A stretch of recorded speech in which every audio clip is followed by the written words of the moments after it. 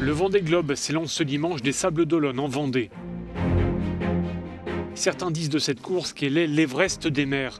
Comme pour les alpinistes à l'assaut du toit du monde, cette aventure en solitaire et sans escale est plus que périlleuse.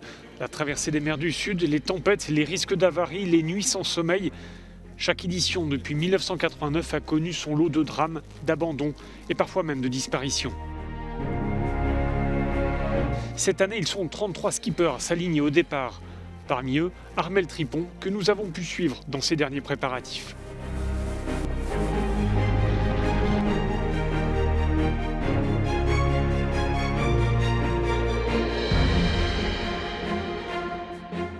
Le Vendée Globe est un rêve un peu fou, de toute façon, faut quand même être un peu malade pour pouvoir tourner comme ça autour du monde tout seul. Et je crois que c'était encore plus dingue de pouvoir le faire sur un bateau neuf. Ça reste un défi majeur et ça reste presque le rêve d'une vie. Comme pour les alpinistes à l'assaut de l'Everest, le Vendée Globe suppose une longue préparation. La mise au point des voiliers, devenus des bijoux de technologie, la préparation physique et mentale des skippers, la coordination avec l'équipe à terre. Les marins ont maintenant hâte de s'élancer.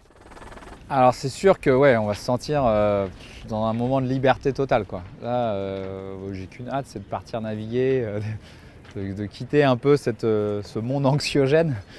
Et voilà, donc on va être très très bien en mer tout seul sur notre bateau. Le record du Vendée Globe est détenu par Armel Lecléache, un record établi lors de la dernière édition il y a 4 ans. Il avait bouclé le tour du monde en 74 jours.